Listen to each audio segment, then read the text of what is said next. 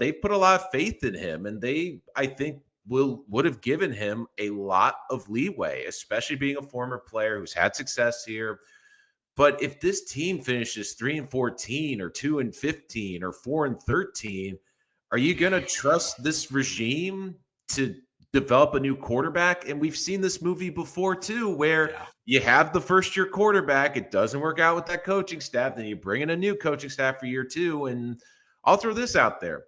If the Ravens don't make the playoffs, which is a possibility with all their injuries, and John Harbaugh gets fired, if the Jets are not calling John Harbaugh or getting someone that has his head coaching credentials in here, then that is a big mistake.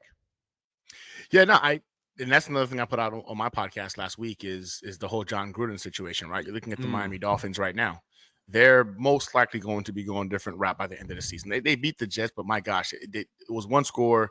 We gave them the ball 4 times, and they barely beat the Jets. Like they're We had not going to 100 more win many yards games. of offense than them. 100 more yards, Somehow, exactly. that blew my mind at the end of the Yeah. game. Wasn't the penalties? I'm like, am I watching the right game? Because it felt like we couldn't get them off the field. Off the field. Bro, I thought the same thing when I saw it in the back, and I was like, so we had more passing yards, more rushing yards, we had more plays, we had the time of possession. It felt like this whole game I was watching the Miami Dolphins go up and down the field.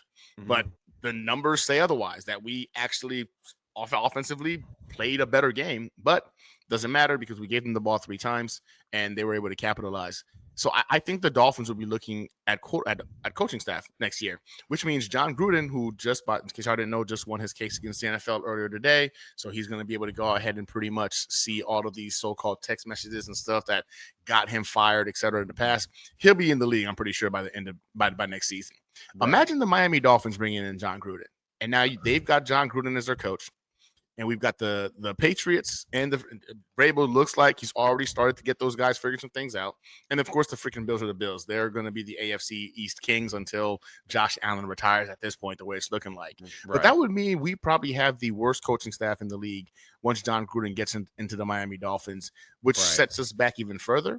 So I'm already in that mindset of like, wow, we're going to have to probably look at, a Harbaugh if Harbaugh gets let go.